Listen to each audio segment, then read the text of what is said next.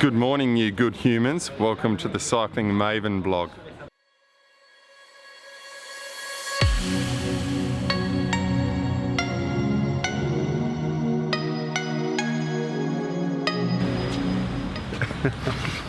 Cheesy!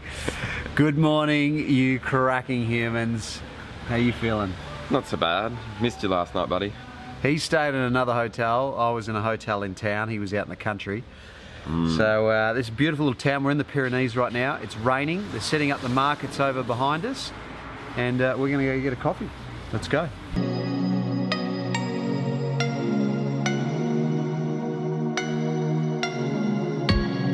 Alright, so we have arrived in Pau. Pau, I think I'm saying that right. I'll just get this, Rob. Pau? Pau.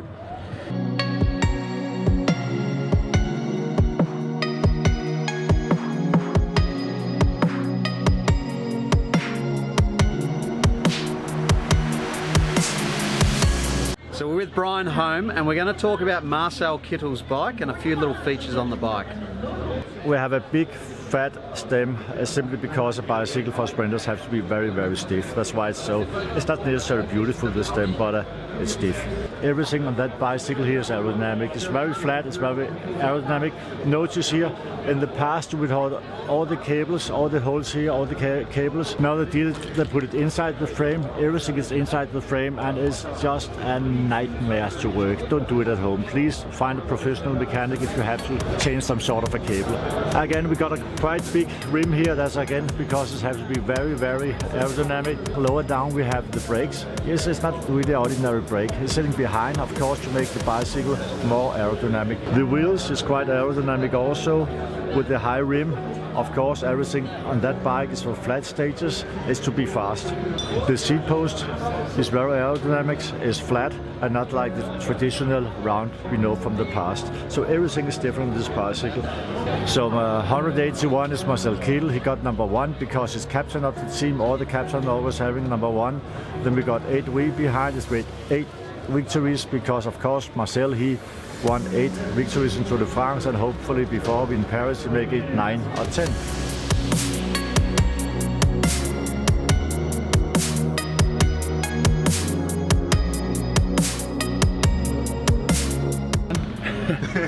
You're in the video. I saw. How did you see it? So I'm going to do a day on the bus with the Orica Green Edge guys, but just catching up with Dan now, and we're going to talk about what the plan is.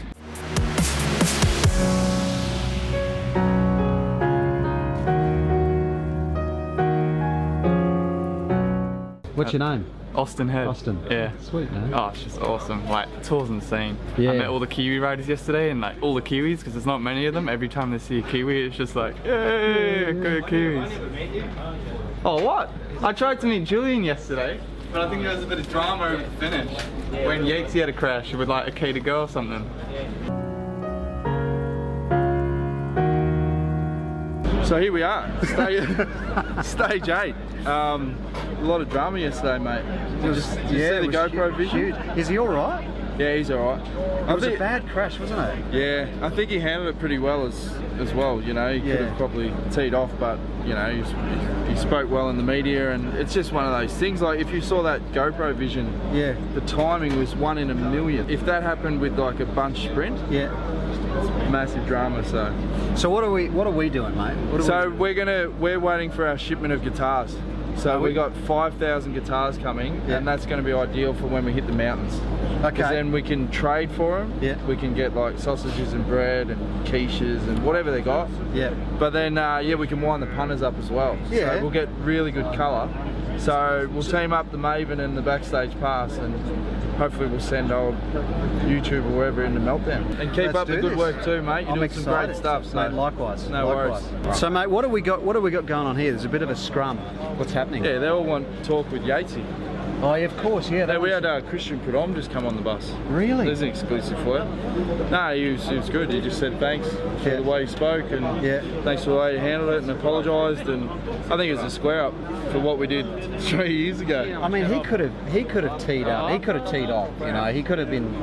Yeah, and I think like no one really wants to see that. It's not a good look when riders do it, but it's also not good for the organisation. Yeah. And obviously, what with what I do as well. Like, you know, they could easily restrict using race vision and stuff, so you don't want to upset them, you know? Yeah. Ollie basically makes Hank look good, and Hank just comes out with the good, you know, the material. Yeah, I just blurt stuff out, and Ollie cleans it all up and makes it look incredible. Polishes the you know what. Yeah, he gets on the computer and just gives it a bit of colour tone. A bit of music. Yeah. No, it fluffs it up a bit. It's good fun. Only takes about 18 to 20 takes, but you know, we get it in the end. Yeah, I've got my did have my reservations, but he's absolutely nailing it. Is he? Yeah, he's going very well. So who's the one take wonder? Oh, that's Tourmalet. Is he that good?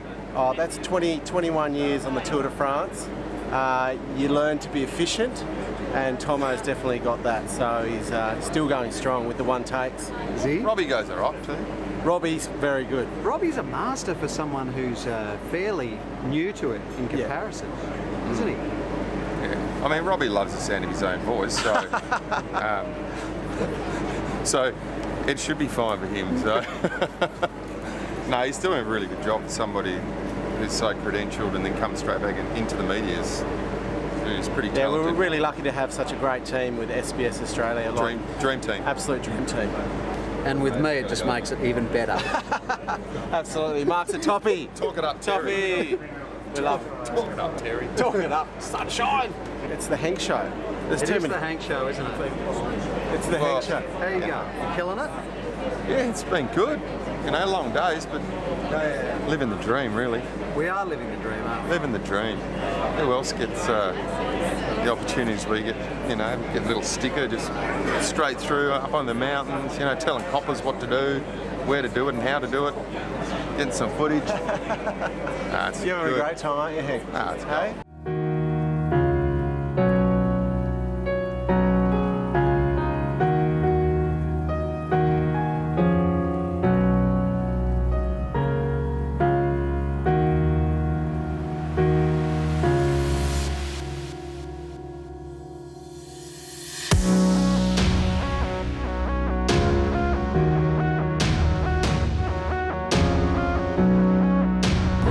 Legends, we are heading up into the hills right now. So the mountains, we're surrounded by mountains.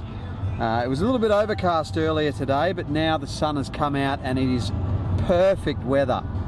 Absolutely perfect weather. I'm loving life. Rob's driving and we are just chilling, talking shit, just taking in the sun, hanging the arm out the window.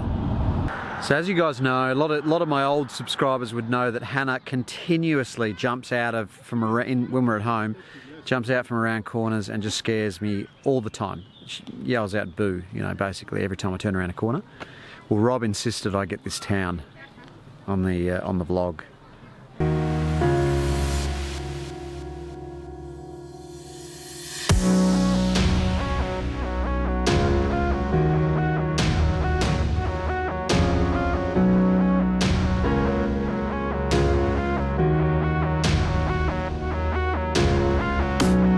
Colleague I used to work with, Louis Doucet, has a real infatuation with the misuse of the word coal.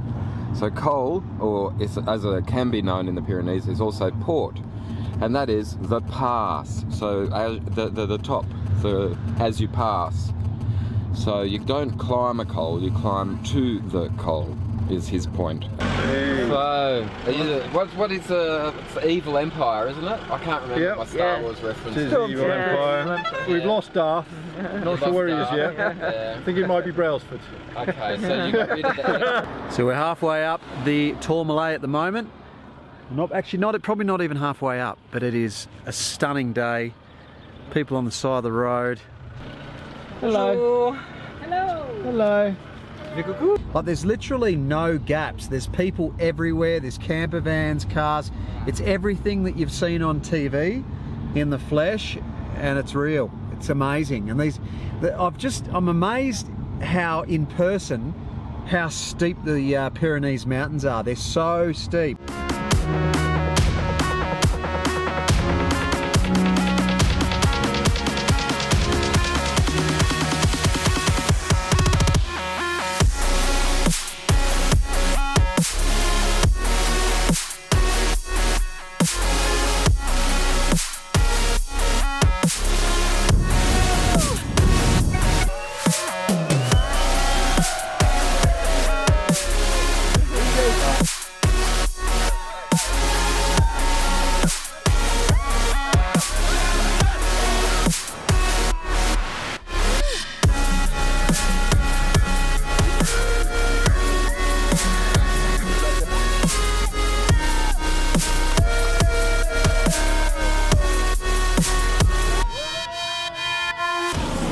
So we've just gone over the Tourmalet. We've literally...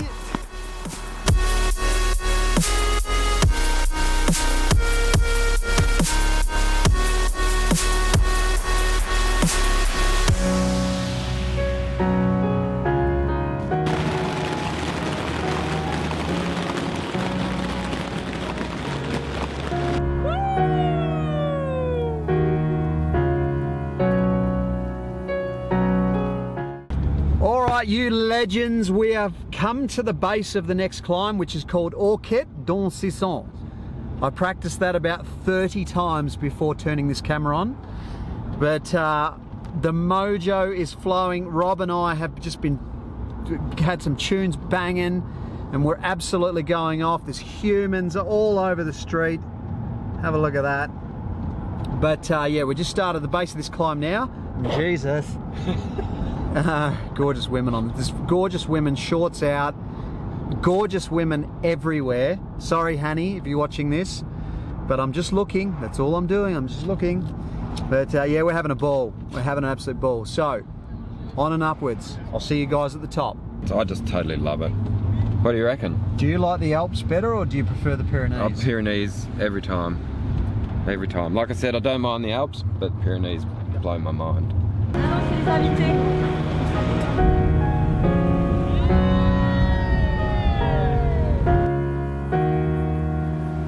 We've got a bunch of Aussies here. Yeah. Oh, you must be with that Latin shirt on. I think you got the first Aussies we've seen on the mountain, isn't it? Really? No, there've been some. There's been a few, but not enough. Well, we're here with Top Bike Tours and Oh, yeah? having a there's great not many time. people here, Oh, yeah? as you can see. Absolutely. Top Bike Tours. Who runs Top Bike Tours? That'd be me. Thank you. Awesome. So how big's the crew on this trip? We have a very select group of just 6 on this tour. Okay. And we've just run into TDF1. So we do right up until Ventoux, and then we finish off with 10 days and running up to Paris with another bigger group. See you later, guys. Okay, Have fun. Enjoy. There's cow shit everywhere, but I'm at the top of the second climb. I can't even remember what the name of it is, but this is what's going on around me. So it's quite passive, you know, people aren't jumping up and down, going crazy, but you know, they're just enjoying the sun, just kicking back, having a few beers. I'd like to see people just absolutely going off though, but there's none of that just yet. The weather is amazing, man. Shirts off, sun's out, guns out.